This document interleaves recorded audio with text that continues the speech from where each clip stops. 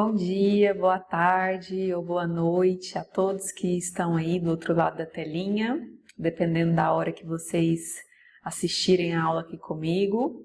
Eu sou a Ellen, nutricionista, e hoje vou falar com vocês, conforme o prometido, da parte 2, no que se refere às recomendações da Braskem para o manejo da disfunção gastrointestinal na UTI. Bom, então vamos lá. Essa é a carinha desse protocolo que foi lançado pela Braskem no ano passado, que fala justamente sobre como deveria ser o manejo da disfunção do TGI na unidade de terapia intensiva. Então, foi um consenso com base em evidências científicas que a Braskem criou tanto para o manejo da terapia nutricional quanto as recomendações não farmacológicas.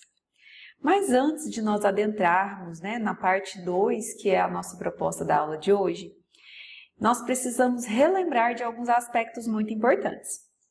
Então, existem alguns sintomas que eles são sugestivos da disfunção gastrointestinal.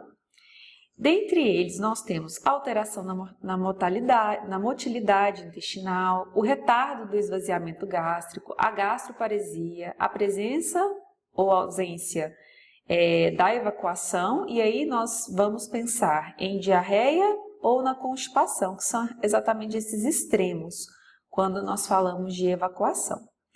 Esse conjunto de sintomas, eles podem causar consequências. Uma das primeiras consequências é a intolerância à nutrição enteral e, consequentemente, uma oferta de um menor volume da dieta para o nosso paciente.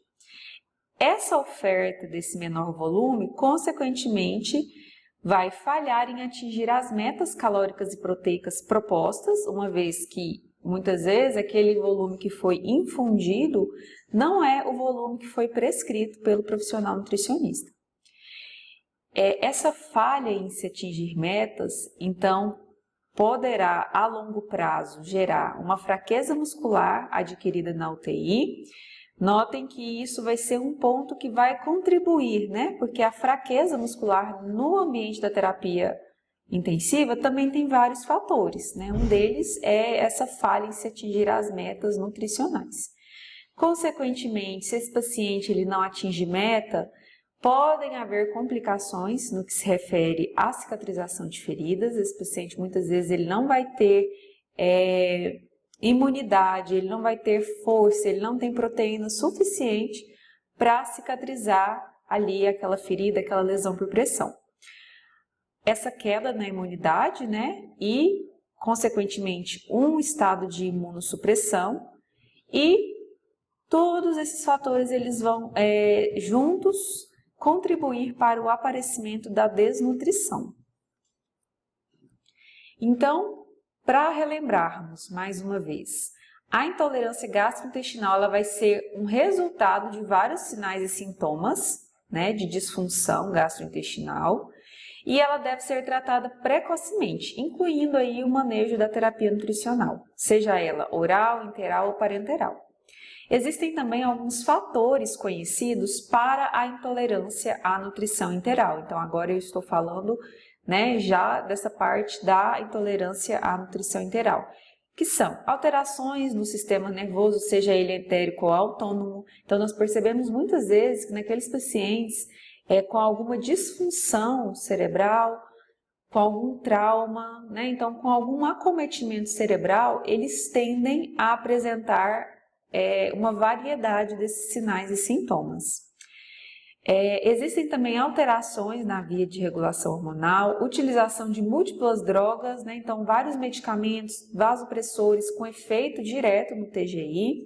Quando eu falo TGI, eu estou falando do trato gastrointestinal. Distúrbios eletrolíticos, assim como a variabilidade glicêmica e a inflamação e o estresse oxidativo. Então, esses fatores em conjunto, eles vão culminar no que nós chamamos de intolerância à nutrição enteral.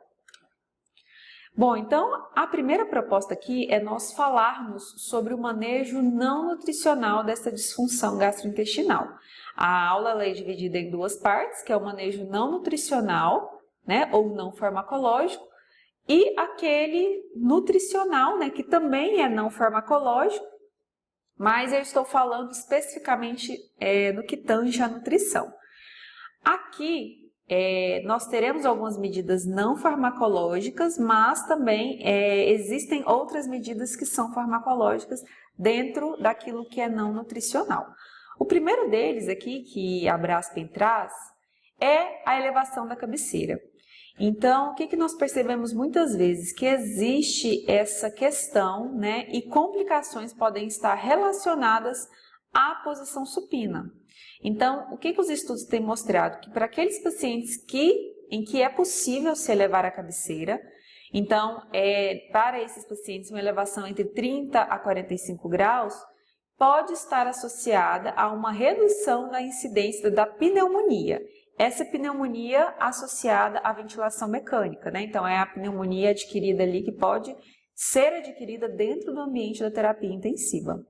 Então, elevação de cabeceira para aqueles pacientes que recebem nutrição enteral, certo? E desde que seja possível, porque nós temos pacientes que têm alguns acometimentos, como trauma raquimedular, que, né, dependendo, essa elevação de cabeceira, ela está contraindicada. Então, aqui nós estamos falando de um paciente que ele não tem nenhuma contraindicação, né, para essa elevação de 30 a 45 graus. Então, é importante essa conversa, né, com o médico, com o fisioterapeuta, justamente para poder entender até que ponto se pode elevar essa cabeceira. Os pacientes que estão em nutrição oral, isso também é importante, né, essa elevação da cabeceira desde que possível, claro, porque o efeito ele também vai ser o mesmo, né? Agora, nos casos contraindicados, o que nós temos? Que quando possível, né, elevar essa cabeceira no máximo permitido, né? Se for permitido, existem aqueles pacientes que nós sabemos que eles precisam estar na posição supina, então não tem como fazer elevação de cabeceira. E otimizar sempre que possível as medidas para minimizar esse risco de aspiração. Então, a dieta em bomba de infusão, né, seja ela contínua ali em 23 horas, 22 horas ou não, e a utilização dos procinéticos, que são medicamentos que vão auxiliar nesse trânsito intestinal, né, da dieta. Uma outra medida não nutricional que nós temos é o posicionamento da sonda. Não que a posição pós-pilórica ela seja indicada para todos os pacientes, certo?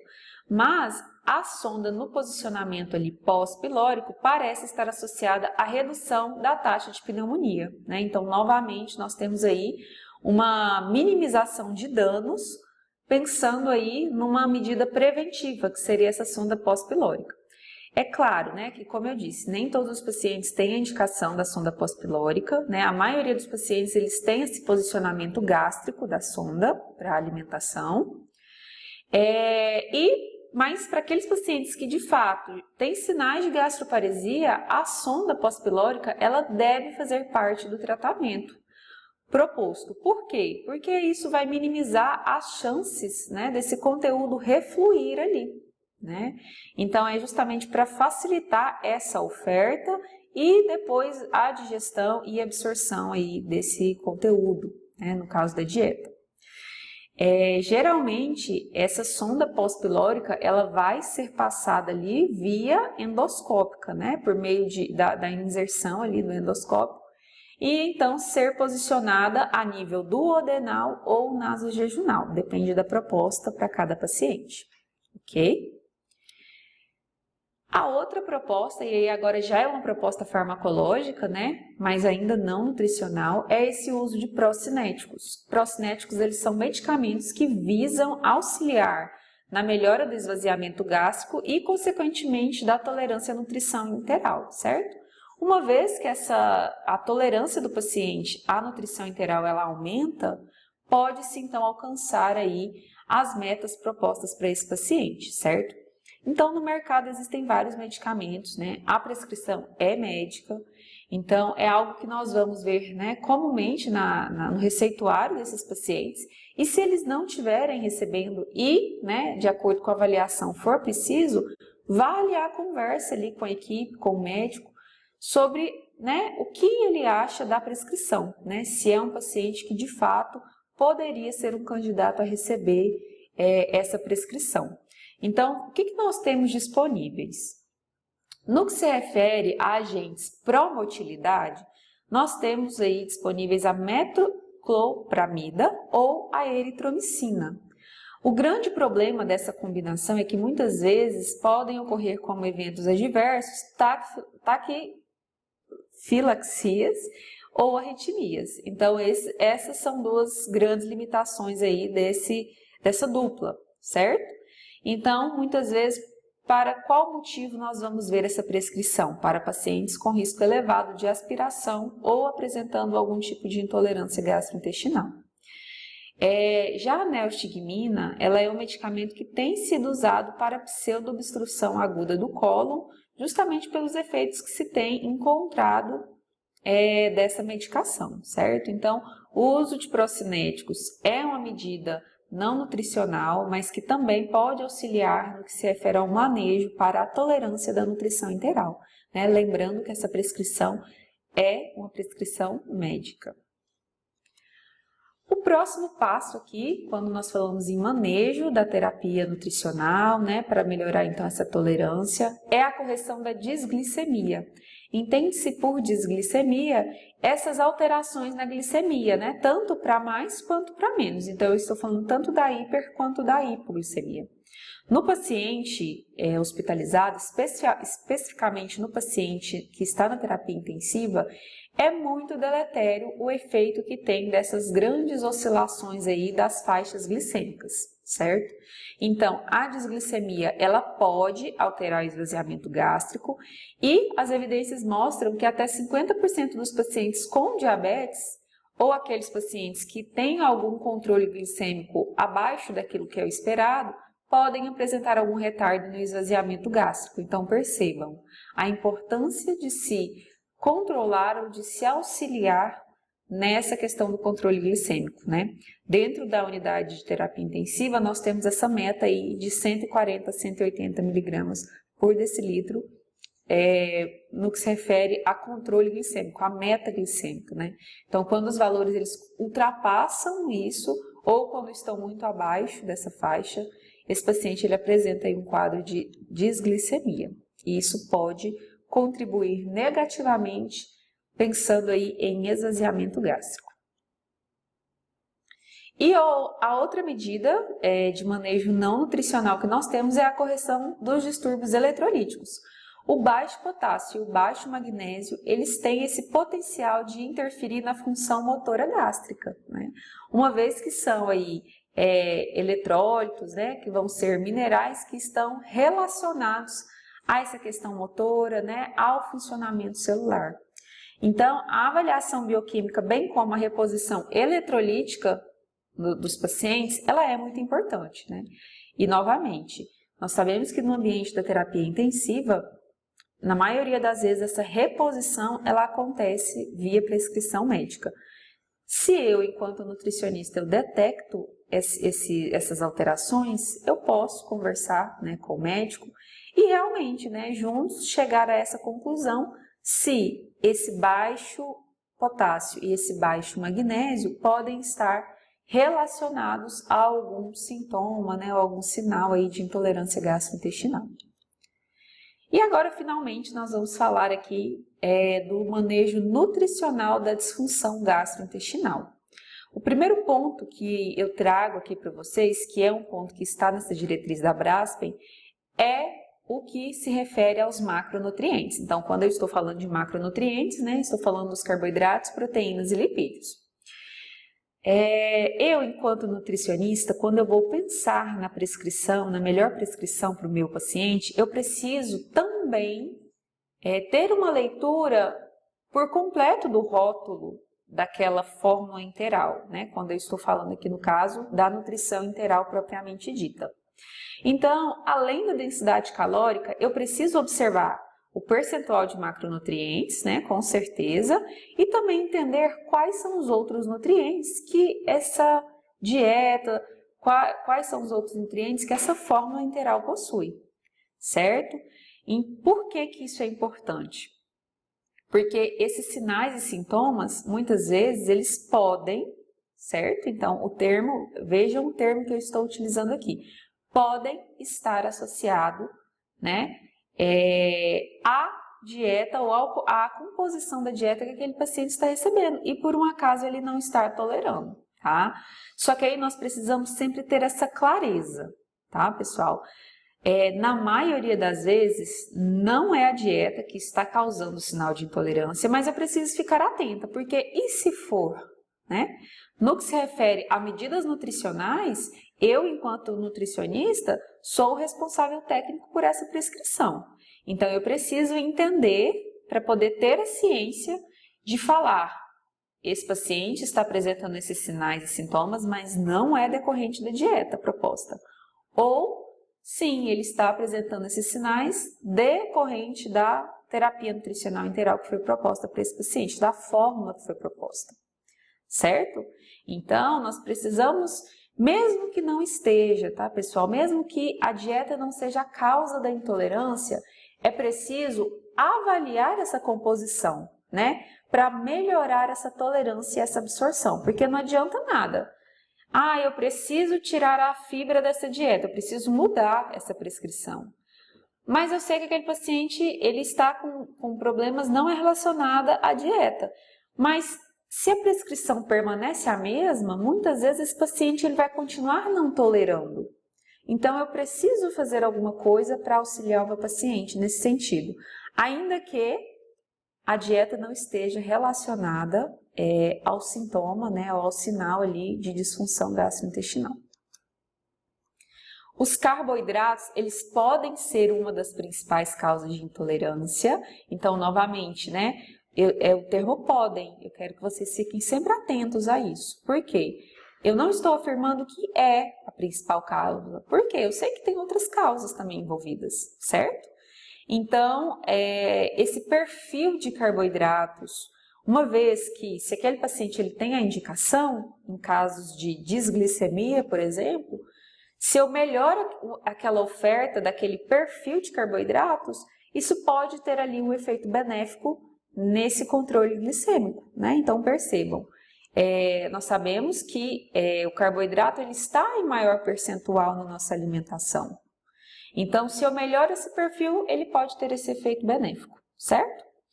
Agora, pensando especificamente nas proteínas, né? Então, o que os estudos mostram? Que as fórmulas que têm caseína na sua composição predominantemente, dependendo, né, do caso do paciente, essa caseína ela pode ser um fator que vai auxiliar nesse atraso do esvaziamento gástrico. Por quê? Isso tem uma explicação fisiológica, né? Quando a caseína ela entra em contato com o pH gástrico, essa proteína ela pode coagular ali, né? Esse risco de coagulação atrasa o esvaziamento, né?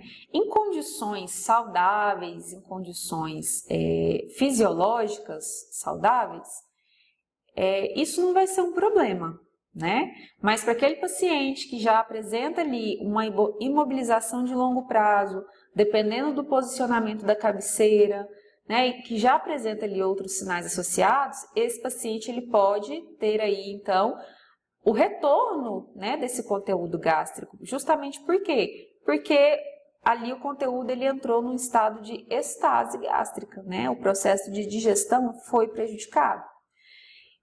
Nunca nós teremos um fator só como fator causador daquilo, tá, gente?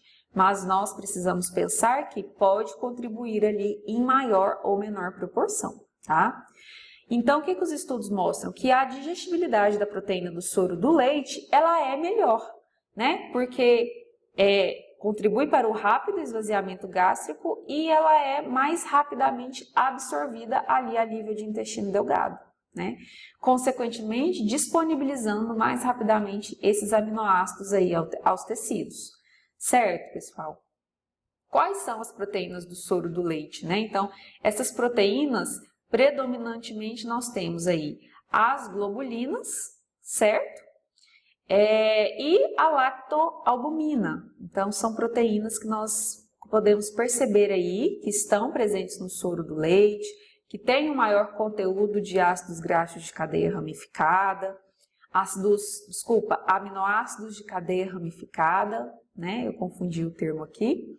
Mas a proteína do soro do leite, né, essas proteínas, elas têm aminoácidos que vão ser ali facilmente, as ligações peptídicas, elas vão ser facilmente rompidas, né, disponibilizando aí esses aminoácidos para utilização.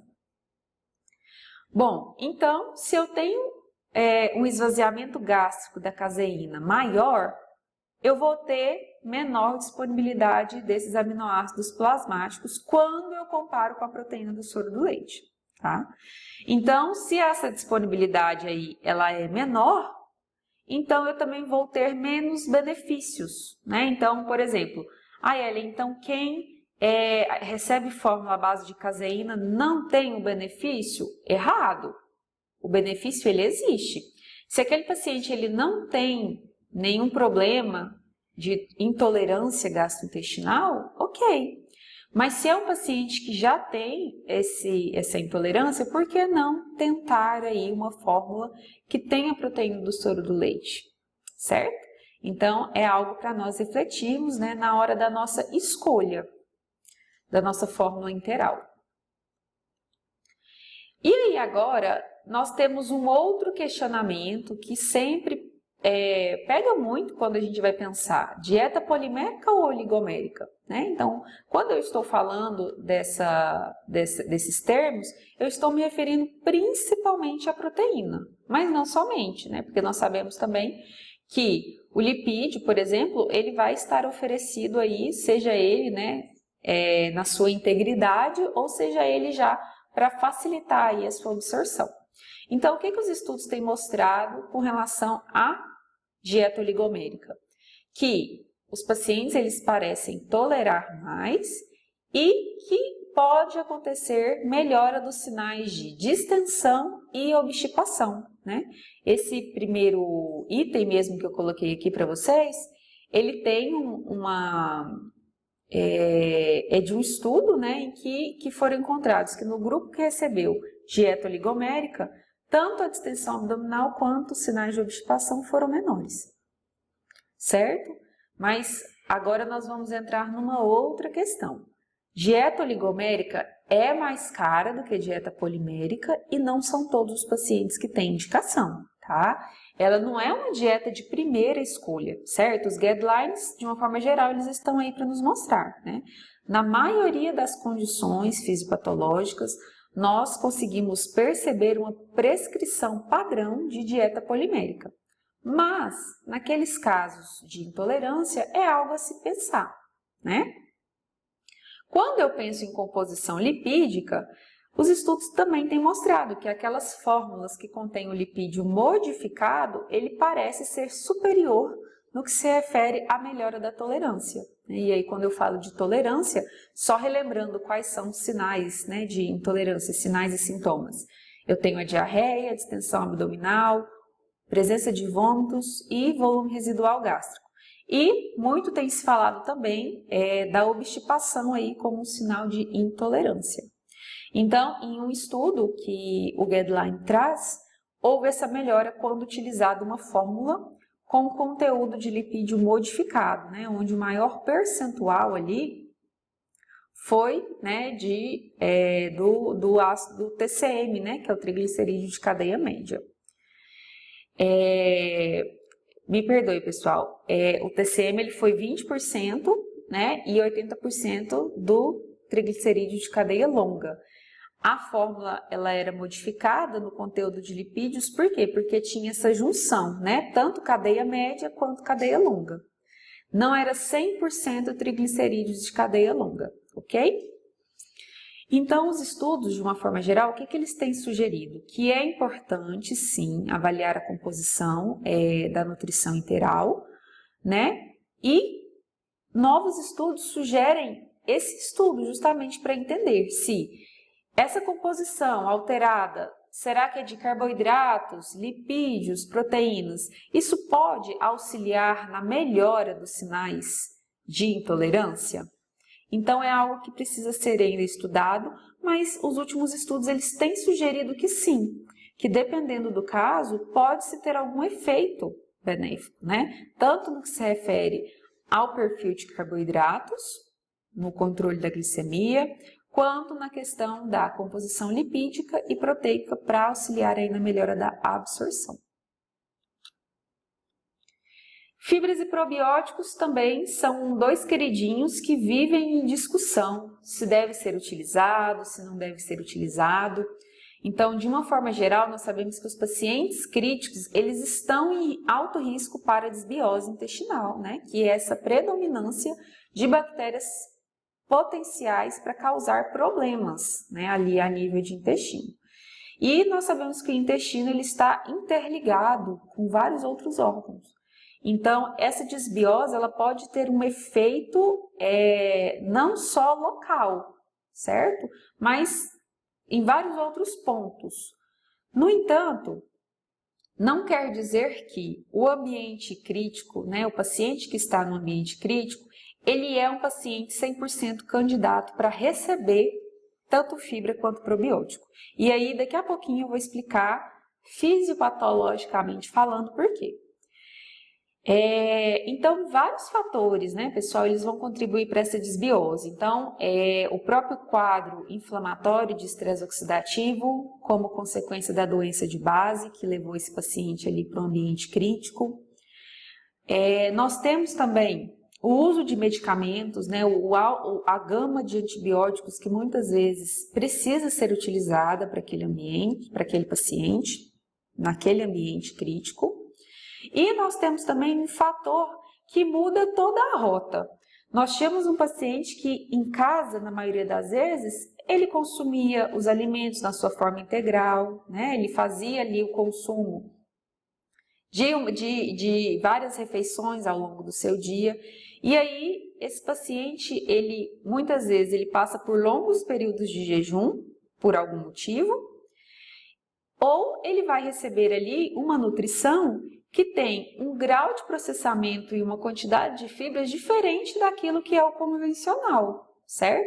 Então, não está errado, mas é diferente do convencional, né? Daquilo que é o considerado padrão, né? Então, se em casa nós vamos comer arroz, feijão, frutas e verduras, no ambiente da terapia intensiva, o paciente ele vai precisar receber uma fórmula integral modificada. Modificada para quê? Para atender as necessidades dele naquele momento, tá? Muitas vezes, na verdade, na maioria das vezes, as fórmulas, elas são fórmulas sem fibras na sua composição. E nas fórmulas nós também temos a presença de outros componentes, né? Como emulsificantes, lectina, goma arábica, justamente para poder promover aquela consistência, né? E poder ali facilitar essa mistura dos nutrientes, essa dissolução para o paciente poder receber de uma forma segura esses nutrientes, né? Então, quais são os maiores questionamentos quando nós falamos de fibras? Qual tipo de fibra? As quantidades, a distribuição no dia, em qual momento da doença crítica. Por quê? A maioria das sociedades, elas não têm feito menção sobre essa recomendação da fibra naquela fase da doença aguda crítica. Tá? Se esse paciente ainda não estiver estável hemodinamicamente, o quadro ele ainda é mais crítico, quando nós pensamos em recomendação de fibras, ok? Então, agora eu vou explicar resumidamente o porquê que a fibra ela pode complicar ali o quadro do paciente, tá? Então, no estado de choque, seja ele séptico, volêmico, né, neurogênico, então, independente do tipo de choque que esse paciente tem, vou dar um exemplo aqui do choque séptico. Ocorre por questões fisiológicas, né, na tentativa de manter aquele organismo vivo, uma redistribuição na entrega de oxigênio, certo? Por quê? Porque ocorre uma redução do volume sanguíneo. O foco é tentar manter órgãos vitais, né? Então, cérebro, coração, pulmão. Então, esse sangue ele é desviado da circulação esplânica, causando uma hipoperfusão intestinal. Então, o intestino, naquele momento crítico da instabilidade hemodinâmica, né? O pós-trauma, muitas vezes o intestino, o corpo ele vai considerar que ele não é a prioridade, tá? Então, essa hipotensão, né, que muitas vezes esse indivíduo ele vai apresentar, vai fazer-se necessária a utilização de drogas vasoativas. E muitas vezes essas drogas vasoativas, elas também vão levar a essa vasoconstrição esplânica e ter efeito diretamente ali no trato gastrointestinal, né? Isso vai então ocasionar apoptose de enterócitos, pode muitas vezes causar uma modificação na permeabilidade intestinal e, consequentemente, redução de absorção intestinal. Dependendo do momento, esse paciente ele não pode receber nem fibra e nem nutrição de uma forma geral, tá? Então, assim, na verdade, qual que é o raciocínio que nós precisamos fazer? Se esse paciente, ele, naquele momento crítico, ele não pode receber dieta enteral, veja lá receber fibra naquele momento, tá? Então, é esse o raciocínio que nós precisamos fazer. A oferta de nutrientes como um todo, né? E aí falando especificamente da fibra, em um intestino que já está hipoperfundido, aumenta esse risco de intolerância à nutrição enteral e, consequentemente, de isquemia mesentérica não oclusiva. Isso, sem sombra de dúvidas, gera inúmeras outras complicações para esse paciente. Então, a conclusão é que pode haver, sim, o risco de maior intolerância à nutrição enteral, inclusive com o uso de fibras, certo? Então, é algo que nós precisamos pensar. Quais são as opiniões de especialistas, né? Que deve ser realizada diariamente a avaliação beira-leito quando nós pensamos em prescrição de fibras e probióticos, tá? E quais são os princípios, né? É primordial esse paciente estar estável hemodinamicamente e ele ser um paciente que não está constipado há muitos dias, né? Ou que tenha algum transtorno de motilidade importante. Porque se tiver, esse uso geralmente ele vai ser contraindicado, ok? O que os especialistas eles recomendam quando nós pensamos em fibras solúveis ou no mix de fibras, pensando no mix de fibras solúveis e insolúveis? Que ele pode ser considerado em casos de diarreia no paciente grave elegível, sem risco de isquemia mesentérica. Então aqui, o próprio guideline da Braspen deixa claro que é um paciente grave elegível, mas não necessariamente é o paciente crítico, na fase crítica aguda da doença, né? Então, não é a fase propícia para poder oferecer esse tipo de nutriente, ok? Então, o paciente ele tem que ser elegível e não ter risco de isquemia mesentérica. Além disso, também pensando aí, tanto no módulo ou nas dietas, né, que já tem a fibra, o mix de fibra na sua composição, pode ser considerada no paciente grave crônico, né, se a intenção for combater a desbiose associada à doença crítica. Um perfil de paciente que eu vejo muito assim é aquele paciente que já está no hospital há muito tempo, vai para a enfermaria, né, e esse paciente muitas vezes ele pode precisar, né, desses nutrientes, ou da fibra, ou ali pensando nos probióticos, né? Então, novamente, ele tem que ser um paciente elegível. Ele não deixou de ser grave, mas ele não é um paciente crítico, que está ali na sua fase aguda da doença. Então, de uma forma geral, a avaliação desses recursos não deve ser feita por tempo indeterminado, mas sim de modo programado, tá? E a avaliação ela tem que ser diária ali à beira-leito, de forma que nós, profissionais, possamos diariamente procurar se essa medida ela está gerando algum benefício clínico. Se não estiver gerando, então não faz sentido a prescrição, né? Então eu preciso avaliar.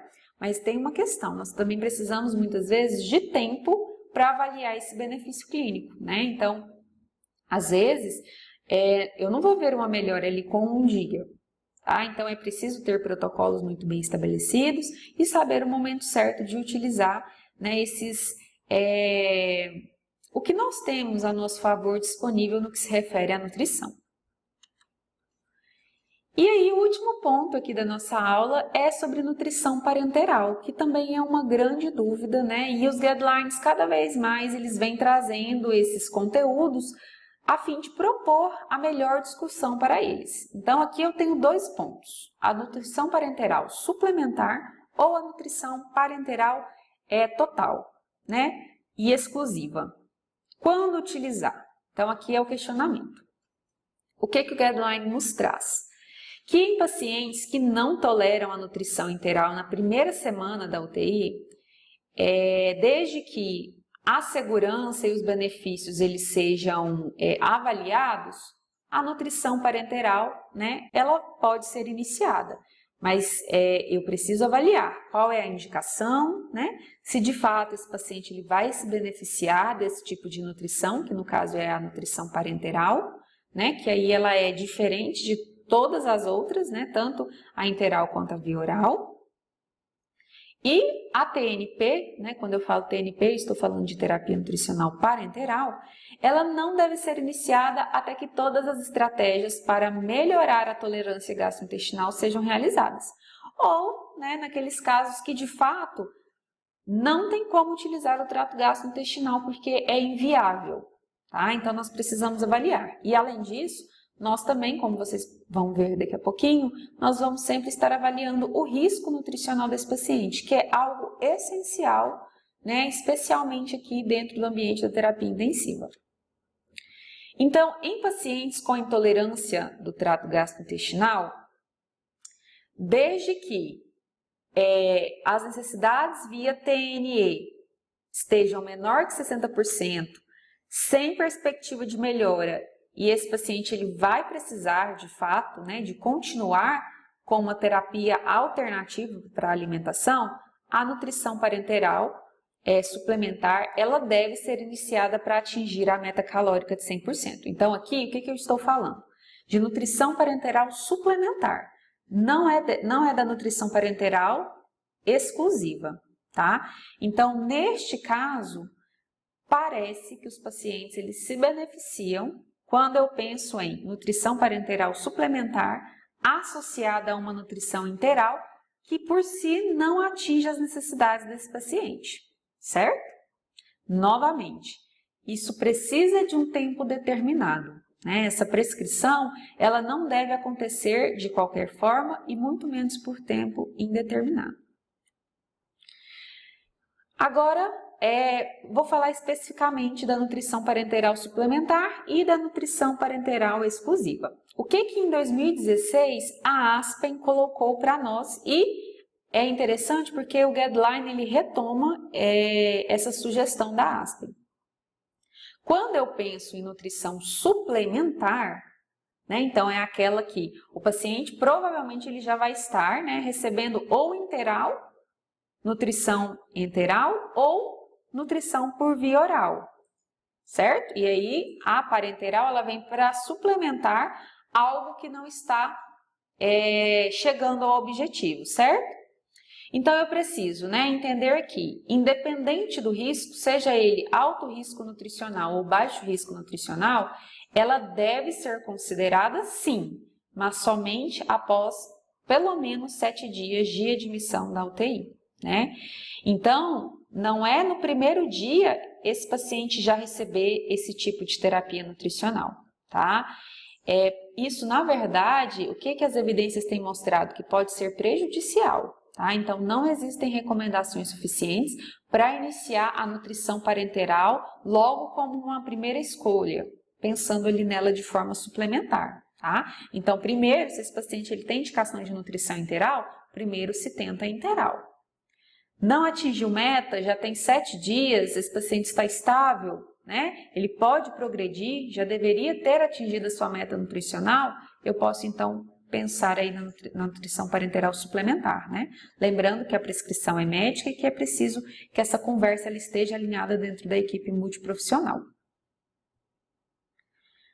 Ok? E o que a Aspen, em 2016, já falava da nutrição parenteral total exclusiva, que é preciso primeiro, né, antes de se indicar esse tipo de terapia, é preciso avaliar o risco, tá? Se o risco for baixo, risco nutricional, né, então o que seria um baixo risco? Aqueles pacientes que têm um score de NRS 2002 menor ou igual a 3 ou Nutri-Score menor que 5. Que essa NPT exclusiva ela pode ser iniciada após o 7º dia da admissão da UTI, né? Se esse paciente não tiver nenhuma indicação de interal. Agora, se o risco for alto, né? Então, quando tanto a NRS quanto o Nutri-Score tiver aí uma pontuação mais alta, caracterizando então um alto risco nutricional, ou que se esse paciente ele já for gravemente desnutrido, é recomendável assim que possível, logo após a admissão na UTI. O que seria esse assim que possível? Assim que a prescrição estiver liberada, né? Assim que alguma via de alimentação seja liberada, tá? Aí é preciso avaliar, é oral, interal ou parenteral? Se não for possível nem oral nem interal, então para esse paciente de alto risco, a terapia parenteral vai ser a melhor escolha e deve ser iniciada o quanto antes. E aí, em 2021, é bem interessante que a Aspen, né, por meio da atualização do mesmo protocolo, que é aquele utilizado para pacientes em terapia intensiva, né, para pacientes críticos, eles trazem, e aí eu trouxe 2 recomendações que eles trazem para nós atualizarmos os nossos conhecimentos aqui. Então, a questão 3 do protocolo da Aspen diz o seguinte: em pacientes adultos gravemente enfermos, que são candidatos à nutrição interal, o que deve ser iniciado primeiro? Interal ou parenteral? Qual que é o maior benefício para esse paciente? Utilizar qual via?